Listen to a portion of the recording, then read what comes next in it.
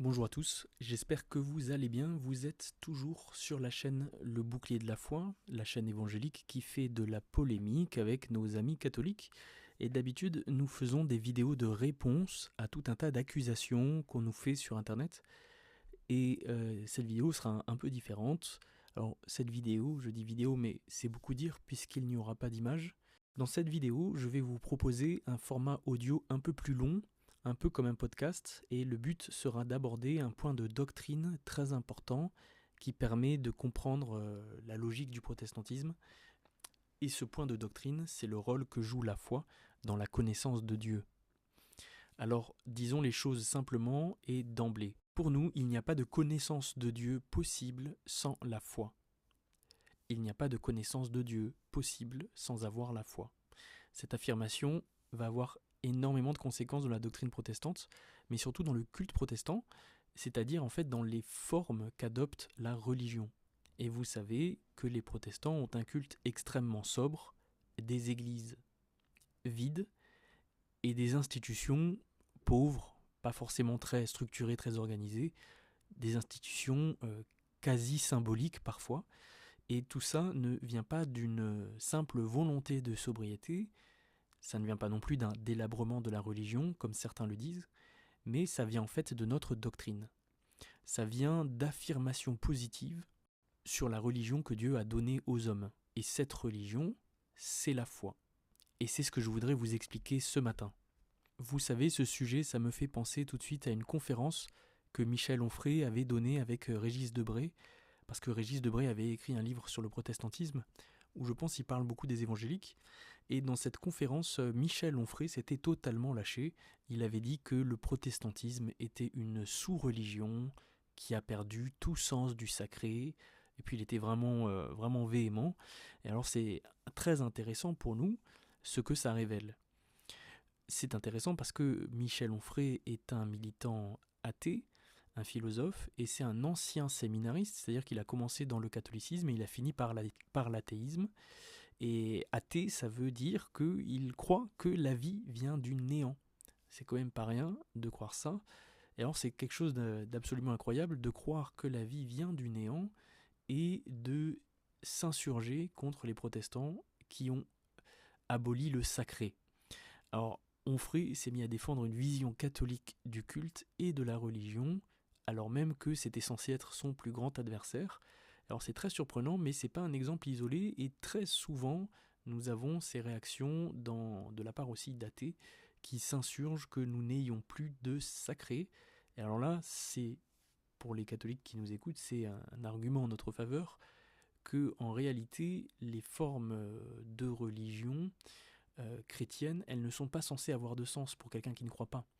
Et le fait que les athées défendent les formes de la religion catholique comme si c'est ainsi que devait être la religion, pour nous, c'est un autre signe que le catholicisme est en fait une religion très culturelle plus que spirituelle en réalité. Cet exemple est un bon exemple de ce que je veux essayer de vous communiquer ce matin. Quelle est la vraie religion? C'est la question que je veux poser puisque le catholicisme à cette prétention d'être la vraie religion, il faut savoir que les protestants aussi, lorsqu'ils ont commencé la réforme, parlaient beaucoup de vraie religion et ils disaient rétablir la vraie religion.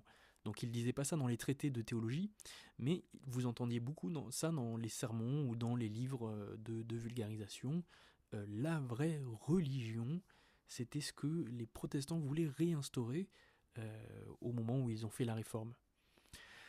Alors du coup, il faut discuter de ce que c'est vraie religion, bien évidemment, et qu'est-ce qu'on entend par là. Les catholiques, lorsqu'ils parlent de la religion véritable, ils vont parler souvent en fait de l'Église légitime. Donc c'est l'Église qui a la légitimité du point de vue historique. Mais les protestants, lorsqu'ils parlaient de vraie religion, ils voulaient parler du principe de la religion, de son fond, de son fondement. Alors je vais tout de suite faire un disclaimer. Le terme de fausse religion aujourd'hui n'est quasiment plus utilisé dans le protestantisme. Je n'ai jamais entendu ça prononcé à l'oral dans un sermon. C'est vraiment une question historique et théologique, donc je ne voudrais pas non plus que des gens se mettent à s'insurger contre nous. Mais dans une optique de dialogue, c'est toujours bien de dire les choses quand même, puisque notre but, évidemment, sur cette chaîne, c'est toujours de creuser les choses sans tabou. Les fausses religions, du point de vue protestant, s'appuyaient sur des choses que l'homme peut comprendre, et l'une d'entre elles, c'est le sens du sacré. Bon, le sacré, c'est quelque chose de difficile à expliquer, mais c'est quelque chose de facile à éprouver dans le concret, quand on rentre dans une église ou dans un lieu de culte ou dans un lieu religieux. Alors le sacré, je crois qu'il a deux caractéristiques. La première, c'est qu'on peut le créer par des moyens humains, et la deuxième, c'est qu'il peut se profaner. Ces deux caractéristiques montrent que le sacré n'est pas la vraie religion. La religion de Dieu, c'est une religion d'hommes. Elle est faite par les hommes et pour les hommes. Avec un lieu particulier, avec des chants particuliers, des postures, des odeurs, de l'encens, des sons. Vous pouvez créer un temps sacré ou une impression de sacré. Un temps dans lequel l'homme a l'impression de s'élever ou d'entrer en contact avec du transcendant, et donc accéder à une idée ou une sensation du divin, et c'est ça ce qu'on appelle le sacré. Pour les protestants, cette religion est fausse. Le sacré n'a rien à voir avec le divin. Le sacré, c'est un sentiment humain. La sensation du sacré peut se produire avec ou sans Dieu, factuellement. Donc on peut le produire. Le sacré peut se produire artificiellement, et d'ailleurs c'est ce que faisaient tous les païens avant, quand le paganisme existait encore. Les païens avaient un sens du sacré très développé. Si vous alliez dans les cultes dans l'Antiquité, notamment dans la Grèce antique, il y avait un sens de la liturgie, il y avait un rapport émotionnel à la divinité, qui, même si elle était représentée par une idole, et il y avait un sacré qui était très très puissant. Et donc il y avait aussi une certaine forme de foi, mais c'était la foi en des choses qui sont vaines, que la Bible dit vaines, et c'est ce que nous apprend tout l'Ancien Testament, de ne pas se laisser séduire par les fausses divinités, et donc aussi par le sens du sacré. Et ce qu'on voit souvent dans l'Ancien Testament, c'est que les Juifs étaient tentés par ces spiritualités accessibles, d'offrir des gâteaux à la Reine du Ciel ou des sacrifices à Baal, etc. Parce que c'était des choses qui étaient plus simples d'accès, notamment à cause de leur rapport au sacré, tandis que le culte donné aux Juifs avait en fait très peu de sacré. Il avait plutôt recours à une autre notion qui est ce qui est saint et ce qui est pur. Et alors, quand Moïse arrive devant Dieu, devant le buisson ardent, Dieu lui dit « ôte tes souliers, parce que le lieu sur lequel tu te tiens est un lieu saint. » Et donc, la question, c'était la sainteté. Mais cette sainteté et sacré sont deux choses différentes. Dans la Bible, le sacré n'existe pas. C'est la sainteté et la pureté qui existent. Donc pour nous chrétiens, les cultes païens, c'était le culte des faux dieux, et ces cultes avaient recours au sacré pour former une impression dans le cœur des gens, parce que c'était des cultes qui n'étaient pas capables de faire autre chose, et c'était la caractéristique des fausses religions. Alors quelle est la vraie religion? Peut-on servir Dieu de la même manière qu'on servait les dieux païens? Ou est-ce que le service de Dieu est différent? Là, on va toucher à une question de fond, en fait, entre catholiques et protestants, et donc c'est pour ça que je veux l'aborder. Pour les catholiques, la religion suit principalement une logique d'incarnation et de sacrement, qui est aussi une logique d'incarnation. Donc le catholicisme, c'est une religion de l'incarnation. Ça veut dire que tout ce qui est spirituel, tout ce qui est censé être invisible, va se retrouver sous une forme ou une autre incarné, donc matériel, ici-bas. Donc je prends un exemple simple, l'Église. L'Église est incarnée. Dans la Bible, l'Église n'est pas visible, c'est l'assemblée des saints. C'est l'assemblée des premiers-nés, assise dans les lieux célestes en Christ. Vous ne pouvez pas voir aujourd'hui Christ assis à la droite de Dieu. De même, l'assemblée des saints dans les lieux célestes, vous ne pouvez pas la voir. Et dans le catholicisme, cette Église est une institution terrestre. Elle est incarnée. Alors il y a bien sûr une distinction entre la partie céleste et la partie terrestre, mais la partie terrestre est une sorte d'incarnation de la partie céleste, pour simplifier. Le Christ ressuscité, qui est à la droite du Père, devient un sacrement. Je peux le voir, je peux le toucher, je peux le manger, je peux l'adorer. Autrement dit, dans le catholicisme, tout ce qui est censé être invisible va se donner à voir, à toucher, à sentir. C'est pour ça qu'on dit que le catholicisme est une religion de l'incarnation. Dans le protestantisme, c'est l'inverse. Ce qui est invisible, alors je dis l'inverse, mais ça ne veut pas dire que nous avons établi ça uniquement par réaction. Nous avons établi l'inverse parce que nous avons pris la doctrine qui est dans les Écritures. Ce qui est invisible, pour nous, reste invisible. Parce que de toute façon, vous pouvez forcer l'incarnation de l'Église, des sacrements, etc. De toute façon, Dieu reste invisible. Donc vous pouvez aller jusqu'à dire que le Christ est visible, qu'il est dans mes mains et dans ma bouche. De toute façon, vous ne pourrez jamais aller jusqu'à l'étape finale, qui est Dieu. Dieu reste invisible. Et donc vous pouvez incarner tout ce que vous voulez. Finalement, pour les hommes, la question restera de savoir si Dieu existe vraiment parce qu'il est invisible. Donc la vraie question, c'est de savoir si l'homme croit en Dieu ou non. Le Seigneur a dit, lorsque le Fils de l'homme reviendra sur terre, trouvera-t-il la foi ? Il n'a pas demandé s'il trouvera l'Église ou s'il trouvera l'Église qui a triomphé du monde. Non, il demande s'il trouvera la foi. Donc pour nous, l'enjeu n'est pas l'Église, pour nous, l'enjeu, c'est la foi. Et la vraie foi, la foi que l'on trouve dans la Bible, signifie de croire sans voir. Croire sans voir et notamment croire en Dieu. Donc rien de ce que l'on fait dans la religion n'est valable si la personne n'a pas la foi. Et c'est ça la grande différence, c'est que nous allons épurer la religion pour que la religion ne soit jamais quelque chose qui permette à une personne de se croire en communion avec Dieu alors qu'elle n'a même pas la foi dans son existence. Alors la question de la foi, ça va être finalement, comme vous commencez à vous en douter, l'une des grandes questions qui va nous diviser entre protestants et catholiques. Et il faut savoir que c'est une question qui nous divise sur le plan théologique, mais aussi sur le plan philosophique, puisque les protestants suivent saint Augustin sur la question de la foi, tandis que les catholiques suivent Thomas d'Aquin. Et donc il y a une énorme rupture sur le plan philosophique, et cette rupture maintenant s'est cristallisée depuis que l'Église catholique est officiellement thomiste. Donc cette rupture théologique se retrouve aussi sur le plan de la philosophie. Donc c'est pas une petite question, c'est une grande question qui nous divise, et je regrette que c'est une question qu'on aborde rarement. Du point de vue protestant, on parle souvent uniquement de la justification par la foi. À mon avis, ça va beaucoup plus loin, puisque c'est toute la logique du culte et de la piété protestante qui en fait dépend de la foi, tandis que chez les catholiques, c'est juste un sous-chapitre dans un manuel de doctrine sur les vertus théologales, tandis que pour nous, c'est le principe même de la foi chrétienne, c'est le fondement de la religion. La foi est le fondement de la religion pour les protestants. Donc si vous n'avez pas la foi, vous ne pouvez pas en fait vivre la vie religieuse, et si vous l'avez, tous les rites et tout ce qui est rendu visible et incarné n'est d'aucune utilité, puisque la foi va se suffire à elle-même. C'est ce que nous allons voir dans les textes bibliques. Ce n'est pas juste un assentiment intellectuel, rationnel sur des vérités qu'il faudrait croire. La foi, c'est une certitude, une conviction qui concerne Dieu que je ne peux pas voir. Cette conviction concernant Dieu, c'est déjà la fin du chemin, c'est le début et la fin, parce que c'est ce que Dieu cherche depuis le commencement. Ce sont des gens qui mettent leur confiance en lui. Donc le cœur de la foi, ça va être marcher sans voir et pas juste un assentiment intellectuel. Paul résumait ainsi la foi chrétienne comme une marche dans 2 Corinthiens 5.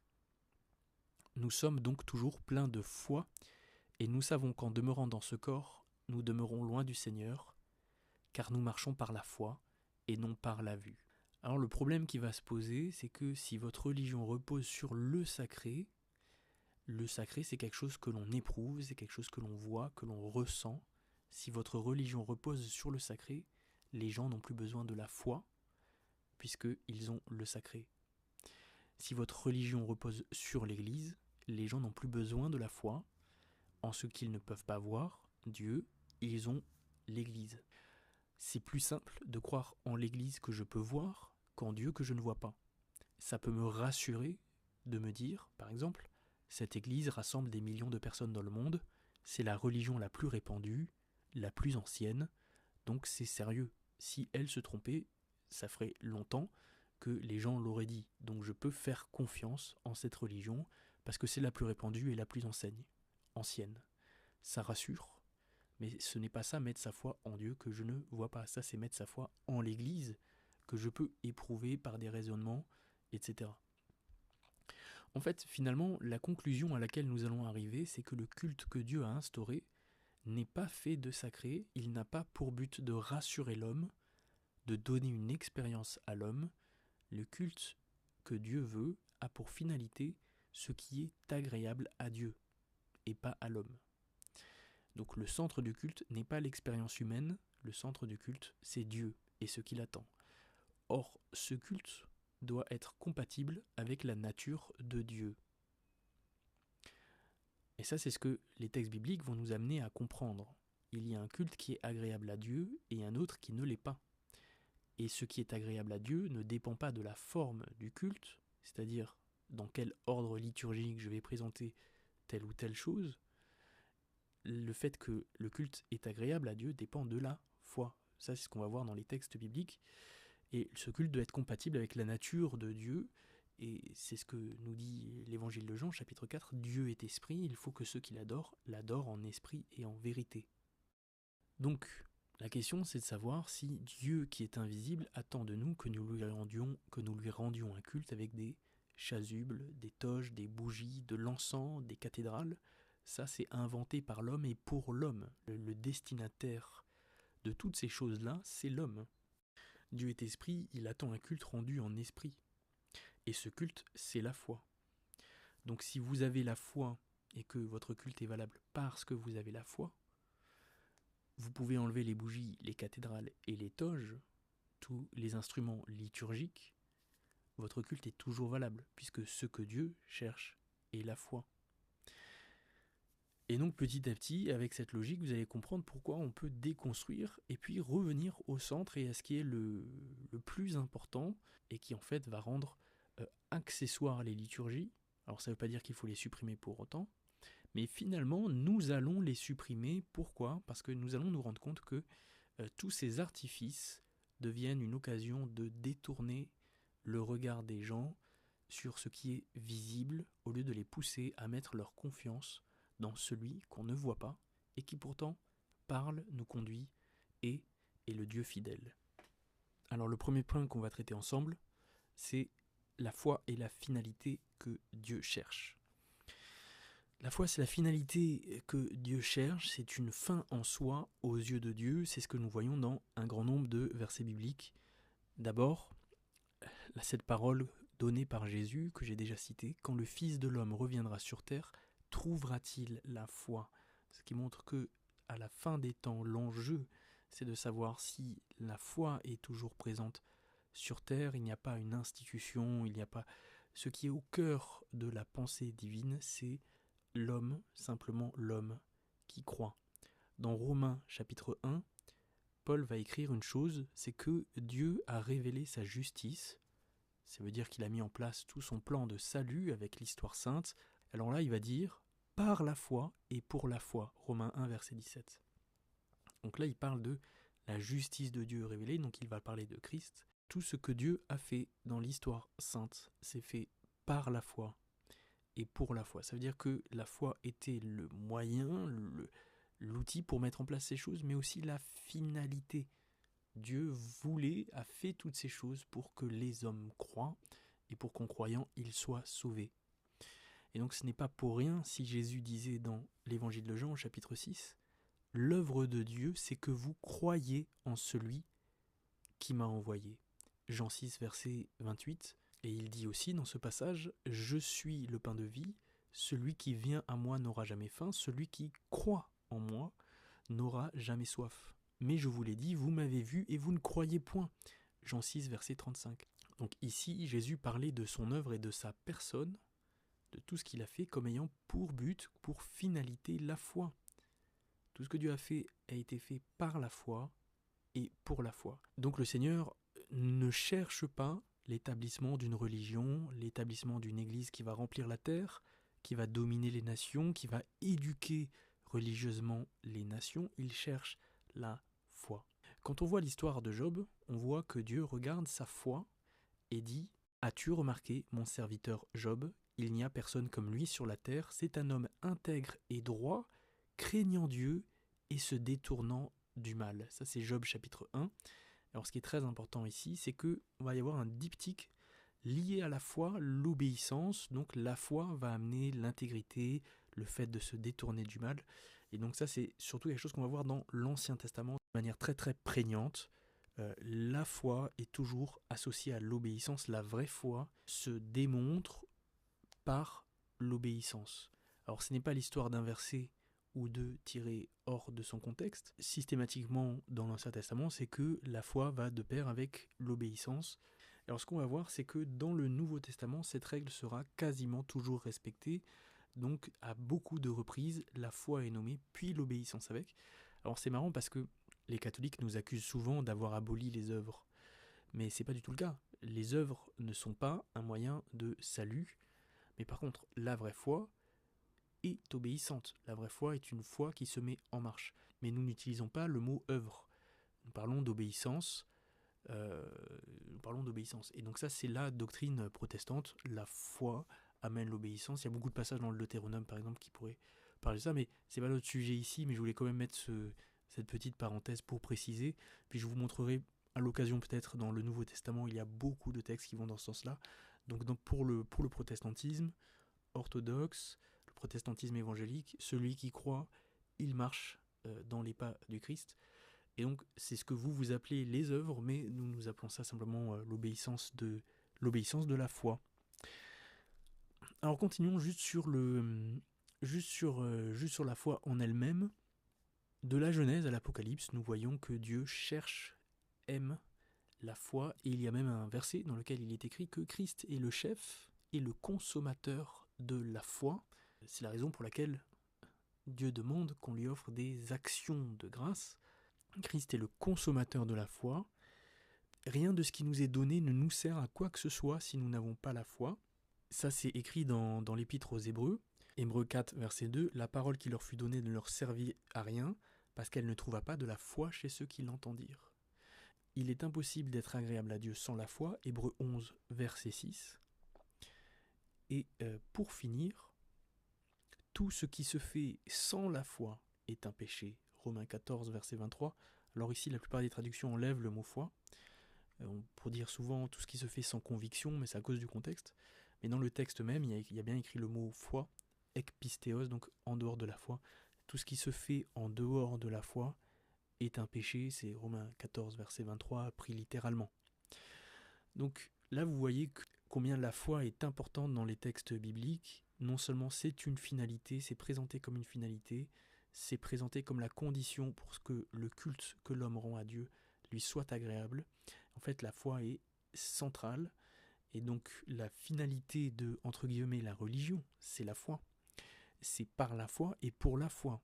C'est-à-dire que sans la foi, on n'a plus qu'une coquille vide. Une coquille vide. Alors les catholiques disent, nous avons une coquille, et puis dedans il y a le mystère, c'est le sacrement. Nous disons, rien de tout ça, même le sacrement, est vide s'il n'y a pas la foi.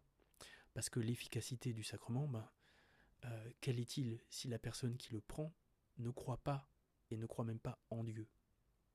Un évêque, un prêtre peut être ordonné dans la succession apostolique. Si lui-même est un athée, à quoi ça sert de dire que le sacrement est efficace? Vous voyez, c'est ça la question. Alors, les catholiques vont finalement intégrer ça au fur et à mesure du temps, grâce aussi aux contradictions des protestants, ils vont intégrer ça dans leur doctrine. Et donc finalement, aujourd'hui, la doctrine officielle du catholicisme fait une distinction entre l'efficacité du sacrement, puis il y a une distinction que je ne maîtrise pas trop bien, mais en gros, la foi est quand même nécessaire. Mais ça, c'est ce que les protestants ont apporté. Les catholiques ne le disaient pas au début. Mais peu importe. En tout cas, la question pour nous, c'est la foi est centrale. Et donc surtout, ce qu'il faut saisir, c'est que ces quelques versets là qui nous expliquent que ce qui nous est donné, même la parole de Dieu, ne nous sert à rien si nous n'avons pas la foi. Ces textes qui disent qu'il est impossible de lui être agréable sans la foi, que Christ est le consommateur de la foi, etc., etc. Tous ces textes nous ont amenés à une conclusion. Si on trouve dans la tradition chrétienne ou dans la liturgie chrétienne des choses qui permettent à l'homme de s'approcher de Dieu sans la foi, ou de plaire à Dieu sans la foi, ou de rendre à Dieu un culte sans la foi, alors cette pratique-là est en fait mensongère. Parce que c'est la foi qui permet à l'homme de plaire à Dieu. C'est la foi qui permet à l'homme de rendre un culte. C'est la foi qui permet à l'homme de s'approcher de Dieu. Et donc sans la foi, la pratique, le rapport au sacré est en fait une illusion.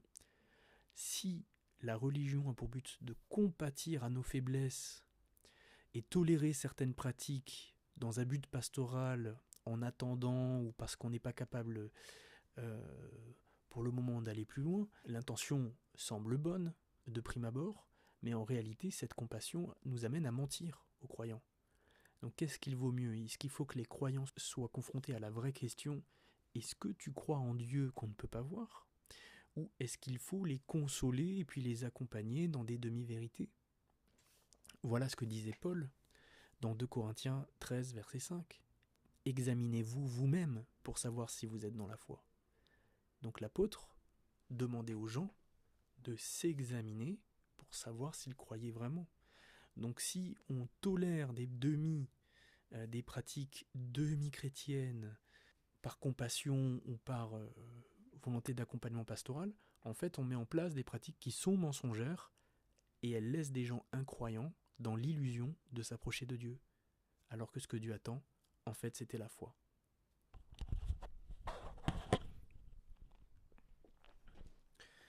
Alors deuxième partie, j'ai changé le plan en cours de route, donc ça ne correspond pas au plan que j'ai annoncé. Mais la deuxième partie, c'est que nous sommes en communion avec le Père et le Fils par la foi. La foi est le moyen par lequel nous allons entrer en communion avec le Seigneur Jésus-Christ par l'intermédiaire de la prédication apostolique. La prédication apostolique, alors une fois que les apôtres sont morts pour nous, la prédication apostolique, c'est pas celle de l'Église, c'est la prédication de l'Évangile. Donc l'Église prêche l'Évangile, et en prêchant l'Évangile, nous sommes en contact avec la prédication apostolique. Il n'y a pas besoin d'une succession. Alors justement, ce point va être une sorte de préambule aux vidéos prochaines dans lesquelles je traiterai de la succession apostolique. Encore une fois, les protestants partent des textes bibliques, ils ne partent pas de leurs intuitions ou de logique philosophique ou historique. Nous partons des textes bibliques. Nous croyons qu'en revenant aux textes bibliques, nous avons accès à la foi que prêchaient les apôtres et ce qu'ils enseignaient. Et de toute façon, il n'y a pas vraiment de suspense. Faut savoir que les seuls textes qui nous permettent de connaître le christianisme des premiers siècles et les apôtres, la vie de l'Église des premiers siècles et la pensée des apôtres, ce sont les textes bibliques, ce sont les textes du Nouveau Testament. Ce sont les seuls témoins. Donc la Bible, on nous dit souvent vous êtes trop sous la scriptura, mais la Bible c'est le seul moyen que nous avons de connaître la réalité de l'Église des origines. Alors on nous dit à la tradition, mais quelles données la tradition donne en dehors des textes bibliques? Il n'y en a pas. En fait, tout ce qui était dans la tradition, entre guillemets, se trouve finalement dans les textes bibliques. Donc ce sont les textes bibliques qui nous servent de tradition. Imaginer d'autres données qui seraient en dehors des textes bibliques, c'est faux, il n'y en a pas. Et donc c'est notre seul moyen pour connaître la pensée des apôtres. Or, voilà ce que disaient et enseignaient les apôtres quand ils prêchaient Christ ressuscité. Ils prêchaient, ils enseignaient que nous entrons en communion avec eux par la foi. Alors voici ce que va écrire l'apôtre Jean dans sa première épître. Ce que nous avons vu et entendu, nous vous l'annonçons à vous aussi, afin que vous aussi vous soyez en communion avec nous. Alors il faut savoir que ce texte, cette formulation fait écho à un psaume qui parle de la transmission de la foi dans le peuple d'Israël. Bon, ça c'est une autre question, on pourrait creuser, c'est une question d'exégèse.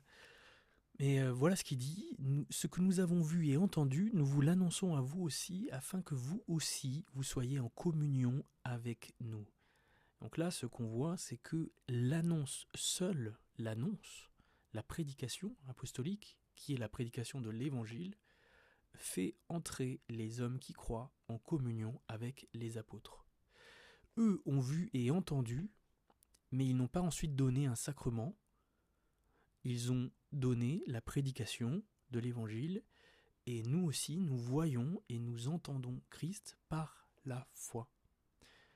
Donc la communion avec les apôtres et avec le Père et le Fils, et elle est liée à l'annonce de l'Évangile et pas à une institution quelconque.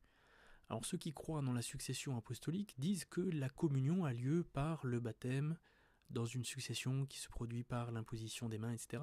Mais les apôtres, eux, disaient que la communion avec eux se faisait par la foi dans le même évangile qu'ils annonçaient. Autrement dit, c'était en entrant en communion avec Christ par la foi qu'on était en communion aussi avec les apôtres. Vous me direz que dans ce verset que j'ai lu, il n'a jamais mentionné le mot foi. Mais au verset 7, il va dire « Si nous marchons dans la lumière, nous sommes en communion. » Il dit même mutuellement en communion. Donc, je vous rappelle, dans la première partie, j'ai montré un verset, j'ai pas prouvé, mais j'ai dit que c'était la logique dans tous les autres textes bibliques. Donc j'ai montré un verset qui associe à la foi l'obéissance. Donc effectivement, dans le Nouveau Testament et dans l'Ancien Testament, la vraie foi est une foi qui se met en marche et qui obéit. Si nous marchons dans la lumière, nous sommes mutuellement en communion. Vous me direz, il n'y a toujours pas la foi. Mais au chapitre 5 de la première épître de Jean, il va dire ceci, « Quiconque croit que Jésus est le Christ, est né de Dieu. » Ça montre bien que celui qui croit est né de Dieu, donc en communion avec le Fils. Donc quand vous prenez la totalité de l'épître, vous comprenez que l'annonce apostolique et la foi et le fait de marcher dans la lumière, toutes ces choses-là sont le fruit de la communion. Il n'y a aucune succession, il n'y a aucun sacramentalisme, c'est la prédication apostolique, c'est l'évangile qui fait entrer les gens en communion avec le Père. Et en fait, si on veut croire autre chose, il faut rajouter à la parole de Dieu des choses qui n'y s'y trouvent pas. Et alors cette règle-là va être la règle générale chez les apôtres, mais ils vont utiliser des mots différents. Alors Pierre va aussi parler de la même manière, enfin dans des termes différents, mais c'est aussi ce qu'il va dire. Donc ce qu'il va montrer, c'est que c'est la foi en la résurrection qui est la foi en Dieu et qui nous fait entrer en communion avec le Christ et avec les apôtres. Dans la première épître de Pierre, au chapitre 1, il va écrire la chose suivante. « Vous avez été régénérés par la parole vivante et permanente de Dieu, et cette parole est celle qui vous a été annoncée par l'Évangile. » Donc ça, c'est versets 23, 24, 25, dans la première épître de Pierre, chapitre 1. Il dit qu'on est régénéré par la parole de Dieu, et cette parole est l'Évangile. Donc vous comprenez que quand Pierre dit régénéré, c'est l'équivalent chez Jean, ce qu'on a lu, chapitre 5, d'être né de Dieu. Donc Pierre utilise le mot régénéré, Jean né de Dieu, c'est la même chose dont il parle. Et ces termes-là sous-entendent la communion. On ne peut pas être régénéré, parce que la régénération se fait par l'Esprit Saint, ou né de Dieu sans être en communion avec le Père et le Fils.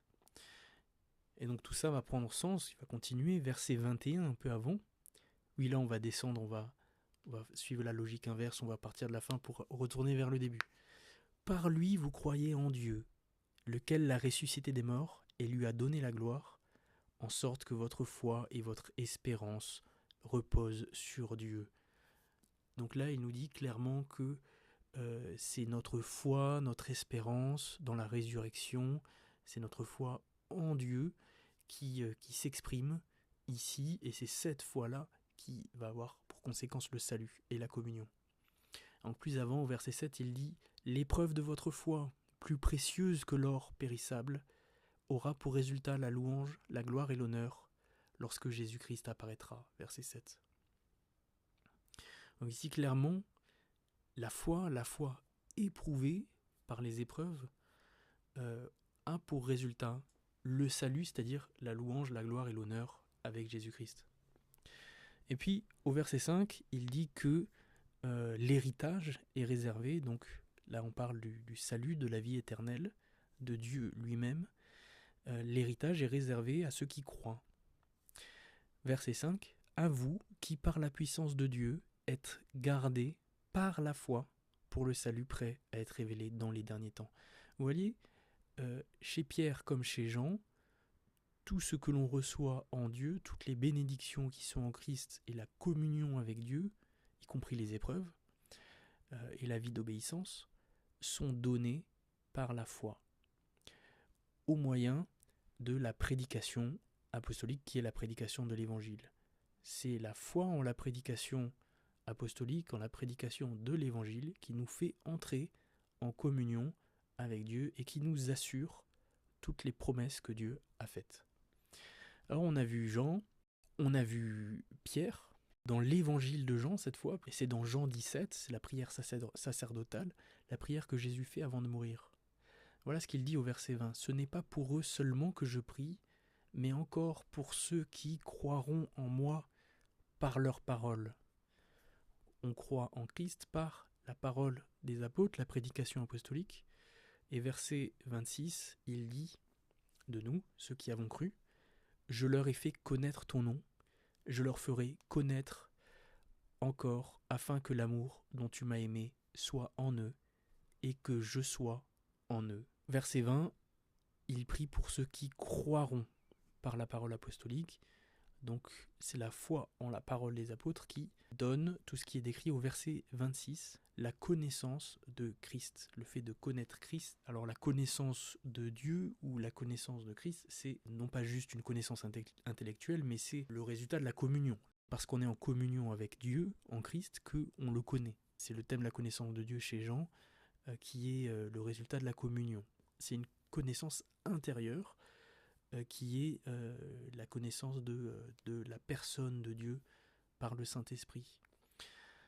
Alors là, ce que nous voyons clairement, c'est que c'est la foi en la parole apostolique qui nous donne cette connaissance de Dieu et qui donne l'habitation de Christ dans le croyant, dont tu m'as aimé, afin que l'amour dont tu m'as aimé soit en eux et que je sois en eux. Cette habitation de Christ dans le cœur du croyant se fait par le Saint-Esprit. Alors la question, est-ce que maintenant nous allons voir ce que disait Paul ? Et donc ce que j'essaie de vous montrer, c'est que Pierre, Jean et Jésus ont eu le même enseignement sur la communion avec le Père et le Fils qui se faisait par la foi en la prédication apostolique.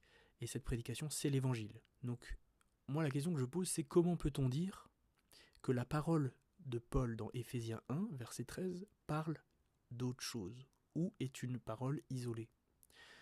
En réalité, tous les apôtres et Jésus lui-même parlaient d'une même voix. Donc voilà ce que Paul écrit dans Éphésiens 1, verset 13. Ce qui est notre doctrine en tant que protestants, c'est la doctrine de l'Évangile. En lui, vous aussi, après avoir entendu la parole de la vérité, l'Évangile de votre salut, en lui vous avez cru et vous avez été scellés du Saint-Esprit qui a été promis. Donc je répète parce que comme j'affiche pas le verset, en lui vous aussi, après avoir entendu la parole de la vérité, l'évangile de votre salut, en lui vous avez cru et vous avez été scellés du Saint-Esprit qui a été promis.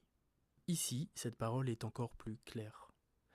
C'est parce que nous avons cru en l'évangile qui nous prêche Jésus-Christ que nous avons été scellés du Saint-Esprit qui a été promis. Autrement dit, le Saint-Esprit n'est pas donné par le baptême, on parle de la régénération baptismale en théologie catholique, dans les Saintes Écritures, dans l'enseignement apostolique, dans l'enseignement de Jésus lui-même, c'est la foi qui procure et qui crée la communion avec le Père et le Fils par le Saint-Esprit. Comment pouvons-nous dire le contraire ? En réalité, c'est la doctrine apostolique et c'est la doctrine que le Christ a révélée. Il n'y a pas de sacrement, il n'y a pas de succession apostolique. Comment nier que Jean, Pierre et Paul aient dit tous les trois la même chose que Jésus ? Ceux qui croiront en moi par leur parole, j'habiterai en eux, je leur ferai connaître ton nom. Ça c'est la communion. Comment nier que ces quatre disent la même chose, à savoir que c'est la foi qui nous fait entrer dans la communion avec le Père et le Fils par le Saint-Esprit, par le moyen de la prédication de l'Évangile, qui du temps des apôtres était la prédication apostolique, mais qui après sera la prédication de toute l'Église, sans nécessité d'une succession apostolique. Donc nous croyons que ces 4 paroles parlent d'une même voix et sont données par l'Esprit Saint et fixées dans les textes bibliques pour être la parole éternelle de Dieu. Et donc en vertu de ces paroles, nous sommes en communion avec les apôtres et le Christ, sans l'intermédiaire de la succession apostolique, parce que nous avons cru en l'Évangile et nous disons que c'était la foi et l'enseignement des apôtres, et en fait c'était l'enseignement du Christ, et c'est en réalité la foi de l'Église universelle depuis le commencement, et tout ce qu'on dirait qui irait dans un autre sens a soit pour but de rajouter des choses ou d'annuler cet enseignement. Voilà, donc là nous sommes arrivés à la fin de la deuxième partie, qui a pour but de vous montrer que dans le protestantisme, la foi est une chose extrêmement importante, jusqu'à même annuler la succession apostolique. Mais c'est pas parce que nous voudrions annuler des choses, c'est parce que les textes bibliques posent la foi comme une chose extrêmement importante dans le plan même de Dieu. À la lumière de tout ce qu'on a lu sur la régénération et la communion, la réception de l'Esprit, je vous demande de vous rappeler de ces versets qu'on a lus dans la première partie, qui disaient « Sans la foi, il est impossible de lui être agréable ». Ou encore Romains 1 qui disait que tout ce que la justice de Dieu a été révélée par la foi et pour la foi. Et il faut bien se rendre compte que le grand mystère que Dieu a voulu, c'était l'union de Christ et de son Église par la foi, et pas par le sacrement ou par une succession quasi magique. Le grand mystère qui existe dans la religion, dans la vraie religion, c'est comment Dieu se fait connaître à l'homme alors qu'il est invisible, qu'il n'est pas de la même nature que l'homme, qu'il n'est pas compréhensible à l'homme, comment Dieu se fait connaître à l'homme par la simplicité de la foi et de la foi évangélique, de l'évangile qui nous est donné, qui nous parle de Jésus-Christ. C'est ça, le grand mystère de la foi chrétienne et le grand mystère de la piété. Quand Paul va dire « il est grand le mystère de la foi », mystère de la piété. Le vrai mot dans ce texte, c'est la piété, même si la liturgie catholique l'a tourné dans un autre sens. Et ensuite, il va parler de Christ ressuscité qui marche sur terre, qui est prêché aux nations et qui est cru. Ça, c'est le grand mystère de la religion, de la vraie religion, la religion qui s'appuie sur la foi dans les choses qu'on ne voit pas et sur cette ferme conviction et qui n'est pas faite de sacré, de bâtiments, de rites, de vêtements, d'encens, d'odeurs. Tout ça, ça n'a rien à voir avec la puissance que Dieu a voulu révéler dans la simplicité et le dénuement qu'est la foi. Alors maintenant, nous allons passer à la troisième partie. En quoi consiste donc la vraie religion ? Donc je rappelle, la première partie, nous avons vu que la foi était une finalité aux yeux de Dieu, c'est ça qui lui était agréable, c'est ce qu'il cherchait dans l'homme. Deuxième partie, que c'est par la foi que nous sommes en communion avec le Père et le Fils, par le Saint-Esprit. Et la troisième partie, en quoi consiste la vraie religion ? Eh bien la réponse est simple, c'est un culte rendu à Dieu par la foi. Alors dire que le culte est rendu à Dieu par la foi va exclure toutes les options qui consistent à rendre visibles les choses que Dieu a rendues invisibles. La foi, c'est marcher sans voir, c'est faire confiance à Dieu qu'on ne voit pas, et ce n'est pas essayer à tout prix de mettre du divin dans des choses matérielles ou de diviniser des choses qui sont juste humaines. Ça, ce n'est pas la foi, ça c'est la superstition. La foi, c'est de faire confiance à Dieu même si on ne voit pas. Alors il va y avoir deux choses dans cette foi-là. La première, c'est persévérer dans la foi, et la deuxième, c'est servir Dieu par la foi. Persévérer et servir. Commençons par servir. La première chose qu'il faut savoir, c'est que dans la Bible, surtout dans l'Ancien Testament, le culte, c'est le mot servir. Rendre un culte à Dieu dans l'Ancien Testament, c'est le mot servir qui est utilisé. Et par exemple, dans le livre de l'Exode, quand Dieu dit à Pharaon « Israël est mon fils premier-né, laisse partir mon fils pour qu'il me serve ». Exode 4, verset 23. Donc dans l'Ancien Testament, le culte rendu à Dieu, c'est en fait le service de Dieu, c'est-à-dire un mode de vie conforme à sa loi. Donc c'est vivre en gros sous la seigneurie de Dieu, donc dans le règne de Dieu, si on veut. Ça veut dire vivre là où il le dit, pour vivre comme il le dit, et faire ce qu'il a dit. Ça, c'est le service de Dieu dans l'Ancien Testament. Ça, c'est la base du culte dans l'Ancien Testament. En gros, ça se concrétise par une vie à part du reste du monde, séparée. Et ça, c'est le thème de la consécration. Et donc, c'est ça le service de Dieu dans l'Ancien Testament. Ensuite, Dieu va donner sa loi, et dans cette loi, il y aura des instructions pour un culte formel qui, cette fois-ci, est fait de cérémonies. Mais dans l'idée, les cérémonies se greffent sur la vie consacrée, puisque Israël était un peuple mis à part. Ce qui veut dire pour nous, ce qui est important, c'est qu'il ne faut pas confondre la forme qui va être les cérémonies formelles et le principe. Alors bien sûr, la forme et les cérémonies, c'est ce qui va être de plus visible, de plus marquant dans la vie du peuple d'Israël, mais ce qui est le plus important, c'est le sens de ces cérémonies et le cadre dans lequel elles prennent corps. Et ce cadre, c'est l'ensemble de la vie d'Israël sous la loi de Dieu. Et donc c'est ça qui est le plus important, c'est le principe. Et le principe du culte, c'était la consécration du peuple de Dieu au service de Dieu, c'est-à-dire dans l'obéissance à sa loi. C'est ça qui irrigue toute la vie et le culte en fait d'Israël. Donc ce principe, c'est vivre selon, entre guillemets, la loi de Dieu, c'est-à-dire marcher devant Dieu. Maintenant, Israël, que demande de toi l'Éternel ton Dieu, si ce n'est que tu craignes l'Éternel ton Dieu, afin de marcher dans toutes ses voies, d'aimer et de servir l'Éternel ton Dieu de tout ton cœur et de toute ton âme.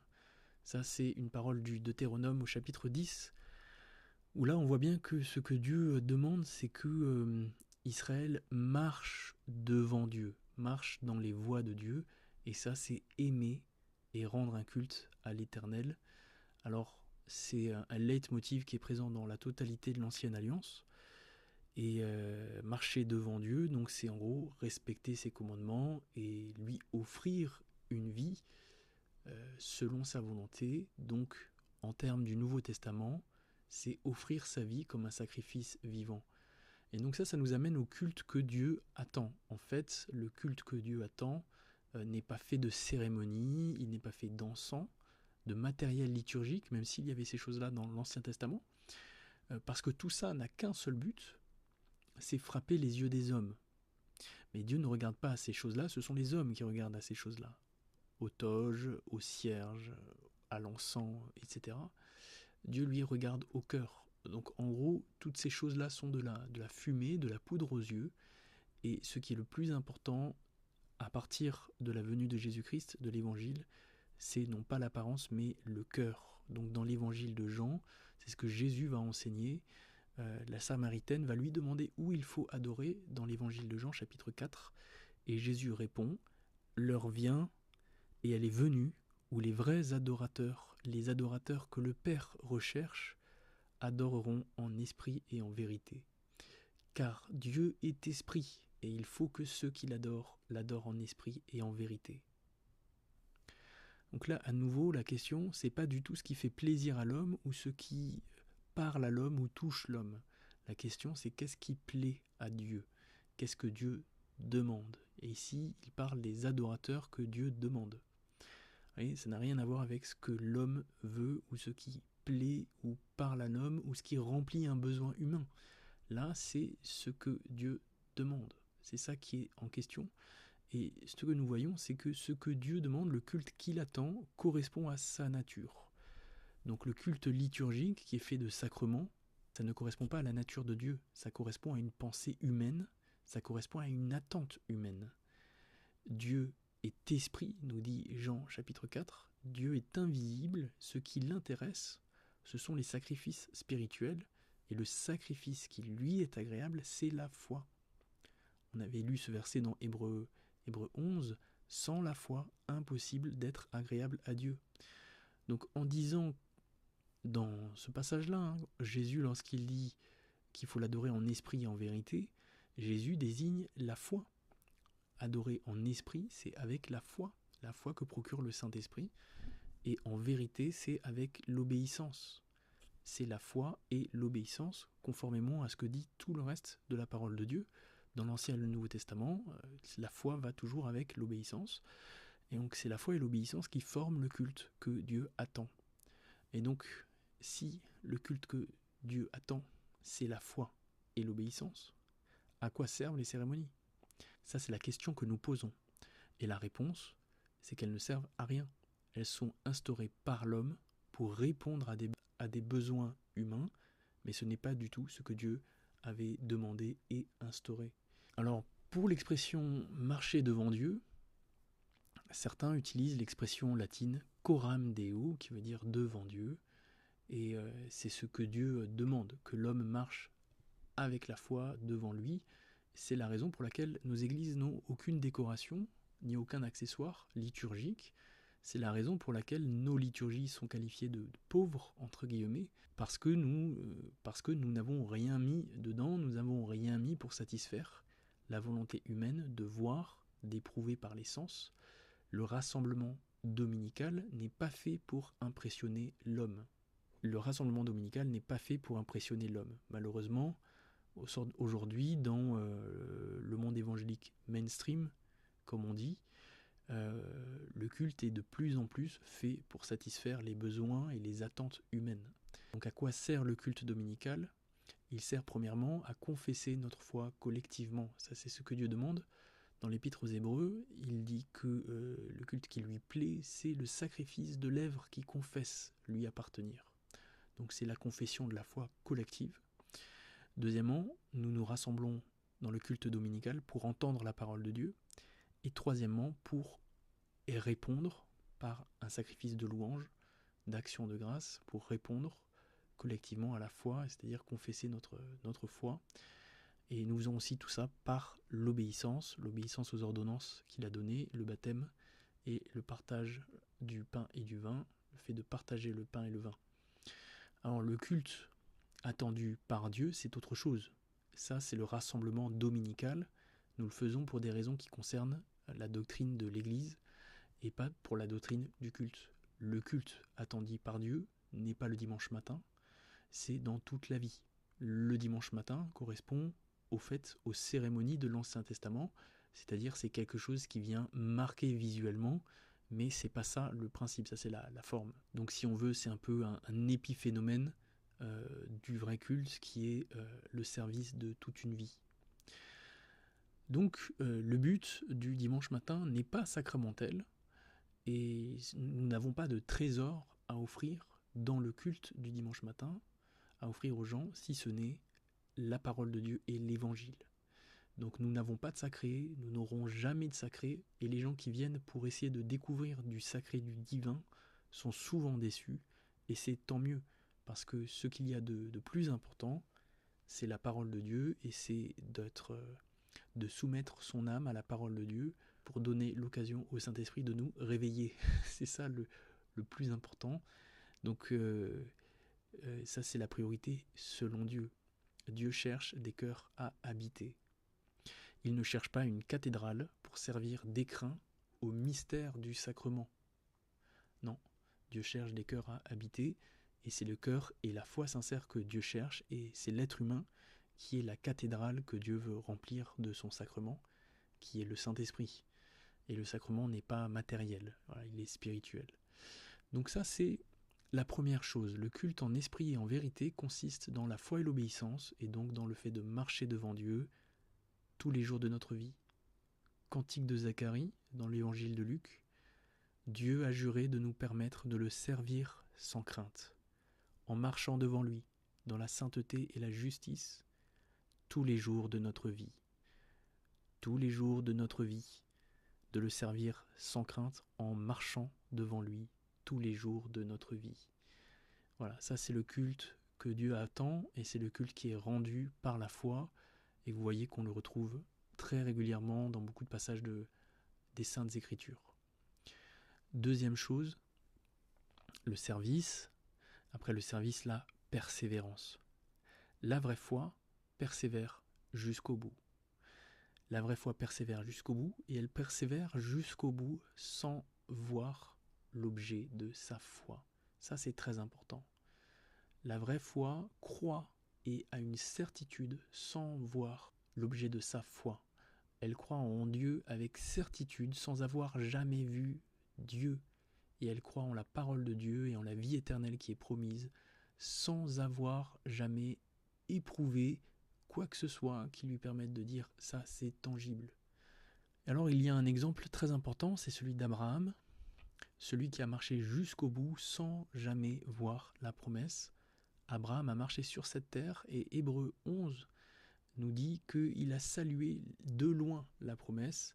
Ça veut dire qu'il a vu sa vie et sa force décliner et il a continué sans perdre la foi. Il est entré dans la mort sans atteindre la promesse et tout en la saluant de loin, c'est-à-dire en ne voyant aucun accomplissement. La question qu'on peut se demander, c'est pourquoi Abraham n'a pas douté, et la réponse, c'est que la foi dont nous parle la Bible n'est pas juste un assentiment intellectuel aux vérités qu'il faut croire. La foi dans la Bible, c'est une certitude, c'est une conviction. La foi dont la Bible parle est générée dans le cœur du croyant par le Saint-Esprit. Souvenez-vous les passages qu'on a vus dans le début de cet enregistrement dans le Nouveau Testament. Jésus-Christ habite le cœur du croyant par le Saint-Esprit. Ce qui veut dire que l'homme régénéré reçoit en lui le témoignage de Dieu par le Saint-Esprit. C'est cela la foi dont parle le Nouveau Testament. Celui qui reçoit en lui le témoignage de Dieu par le Saint-Esprit est entré en communion avec le Père et le Fils. Ça veut dire qu'il trouve en lui un témoignage de la personne et de l'être de Dieu qui lui permet de toucher, entre guillemets, du doigt la nature de Dieu, et donc c'est ça qui nourrit sa foi. C'est cette foi qui éprouve Dieu par le Saint-Esprit. Et donc cette foi-là, on ne peut pas la générer par des artifices ou des arguments philosophiques. Cette foi-là se passe d'arguments. Cette foi, c'est un don de Dieu. On ne peut pas la simuler, on ne peut pas la provoquer. C'est pour ça que dans Jean chapitre 3, Jésus dit que l'Esprit souffle où il veut, et il est comme le vent, on ne sait ni d'où il vient, ni où il va. Il disait cela en parlant de la régénération. Ce n'est pas l'homme qui sait qui recevra le Saint-Esprit et qui naîtra de nouveau. C'est aussi la raison pour laquelle le prologue de Jean, dans le chapitre 1, nous dit que ceux qui sont nés de Dieu ne le sont pas de la volonté d'un mari, mais de la volonté du Père qui est dans les cieux. Ce qui veut dire que cette foi est véritablement un don de Dieu, elle vient du Saint-Esprit et ça ne dépend pas de l'homme qui court, mais de Dieu qui appelle. Alors les Écritures regorgent de ce type de témoignage de persévérance jusqu'au bout à cause d'une certitude. On va prendre l'exemple de Paul en premier, en 2 Timothée 4, verset 7, Paul est captif, il est à la fin de sa vie et il sent les derniers jours venir. Il a été abandonné par les églises et il va dire « tous m'ont abandonné ». Il va aussi dire que certains lui ont fait du mal et pourtant il ne regarde pas à l'église, il ne regarde pas à ce qui est visible, il regarde uniquement à la promesse et à la parole de Dieu. Et voici ce qu'il va dire. J'ai combattu le bon combat, j'ai achevé la course, j'ai gardé la foi. Désormais la couronne de justice m'est réservée, le Seigneur, le juste juge, me la donnera dans ce jour-là. Le juste juge me la donnera dans ce jour-là. J'ai gardé la foi. Vous imaginez quelle certitude il avait déjà de son salut, alors qu'il est toujours sur cette terre. Et on peut se demander sur quoi se fonde une telle certitude. Et beaucoup disent, n'est-ce pas orgueilleux de croire qu'on est déjà sauvé ? Et c'est une question c'est quelque chose qu'on nous oppose souvent. La vraie question, c'est sur quoi se fonde une telle certitude ? Et sa certitude se fonde sur sa connaissance personnelle de Dieu, intérieur de Dieu, dans 2 Timothée, chapitre 1, donc dans la même épître, au chapitre 1, verset 12, il explique d'où vient cette certitude. Il dit Je sais en qui j'ai cru. Je sais en qui j'ai cru. On retrouve aussi cette fois chez Job. Job au chapitre 19 va préfigurer l'expérience de la résurrection. Donc au verset 25 du chapitre 19, Job va dire la chose suivante. Je sais que mon Rédempteur est vivant et qu'il se lèvera le dernier sur la terre. Quand ma peau sera détruite, il se lèvera après que ma peau aura été détruite. Moi-même, je contemplerai Dieu. Je le verrai et il me sera favorable. Mes yeux le verront et non ceux d'un autre. Mon âme languit d'attente au-dedans de moi. La justice de ma cause sera reconnue. Et ici, il préfigure, il prophétise le jugement dernier avec cette conviction que Dieu se lèvera et qu'il contemplera Dieu, donc il sera justifié d'une certaine manière. Et cette conviction s'appuie sur quoi? Je sais que mon Rédempteur est vivant. C'est cette confiance et cette connaissance de Dieu qui est imprimée en lui par le Saint-Esprit. Osée, le prophète, au chapitre 6, va affirmer aussi la résurrection. Venez et retournons à l'Éternel. Il nous rendra la vie dans 2 jours.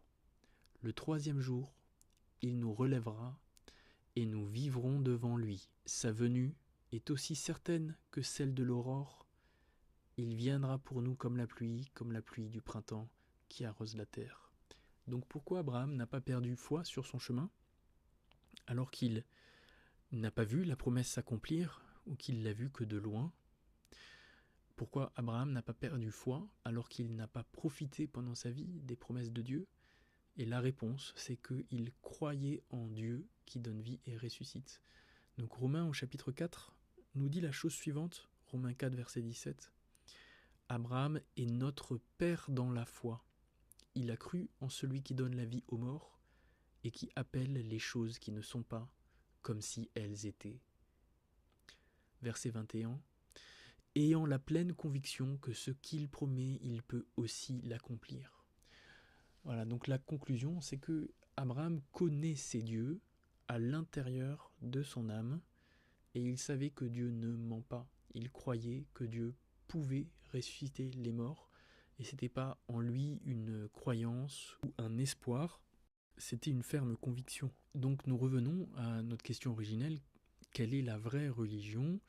Eh bien la religion voulue par Dieu, c'est d'avoir la foi, de marcher devant lui et de persévérer jusqu'au bout, même si on ne voit pas des manifestations de Dieu sur terre, parce que la connaissance, la vraie connaissance de Dieu, elle se fait à l'intérieur du cœur par la foi, par le Saint-Esprit. Autrement dit, celui qui a cette foi, celui qui a cette connaissance de Dieu qui vient du Saint-Esprit, n'a pas besoin des artifices du culte. Ces artifices du culte ont un seul but, pallier l'absence de connaissance de Dieu en impressionnant les sens. On impressionne les sens et on donne aux hommes cette impression de se rapprocher du divin ou de quelque chose de divin grâce aux impressions que fournit le sacré. Les impressions que fournit le sacré n'ont rien à voir avec Dieu. Les païens éprouvaient aussi ces choses-là et ces sentiments, et ils pouvaient avoir des exaltations magnifiques dans les cultes idolâtres. Ça n'a rien à voir avec le vrai Dieu, le Dieu invisible, le Dieu qu'on ne voit pas. Le Dieu qu'on ne voit pas et dont la Bible nous parle se sert par la foi et dans l'obéissance. Celui qui a cette foi-là n'a pas besoin du sacrement. Le sacrement est inventé par l'homme. Ce que Dieu veut, c'est que l'homme soit en communion avec lui par la foi. Nous avons déjà cité tous les versets bibliques dans les 2 parties précédentes. Alors celui qui a connu Dieu, ainsi, marche et vit pour Dieu. C'est ça le culte et la religion qu'il pratique. La vraie religion, c'est cette vie qui consiste à marcher devant Dieu, à le servir dans l'obéissance et dans la foi, et à conserver cette foi comme un trésor jusqu'au bout, parce que nous savons en qui nous avons cru. C'est pourquoi nos églises sont sobres, nos cultes sont pauvres, nos liturgies sont dépouillées, parce que le vrai trésor est ailleurs. Le vrai trésor, c'est la parole de Dieu qui révèle le Fils, et qui nous le révèle dans l'Évangile, et le vrai trésor, c'est la foi. Voilà, j'espère que vous aurez été bénis par cet enregistrement et que j'aurai pu répondre à quelques questions. J'espère que ceux qui ne sont pas d'accord n'auront pas trop été énervés, mais c'est la vie, il vaut mieux se confronter avec les gens qui ne pensent pas comme nous, car au bout du compte, nous parlons de la vie éternelle et de la damnation éternelle. Alors il faut donner du temps à ces questions, et la parole de Dieu nous demande d'examiner toute chose. Donc ne vous énervez pas, examinez, et je vous dis à tous que le Seigneur vous bénisse, et à très bientôt pour de nouvelles aventures.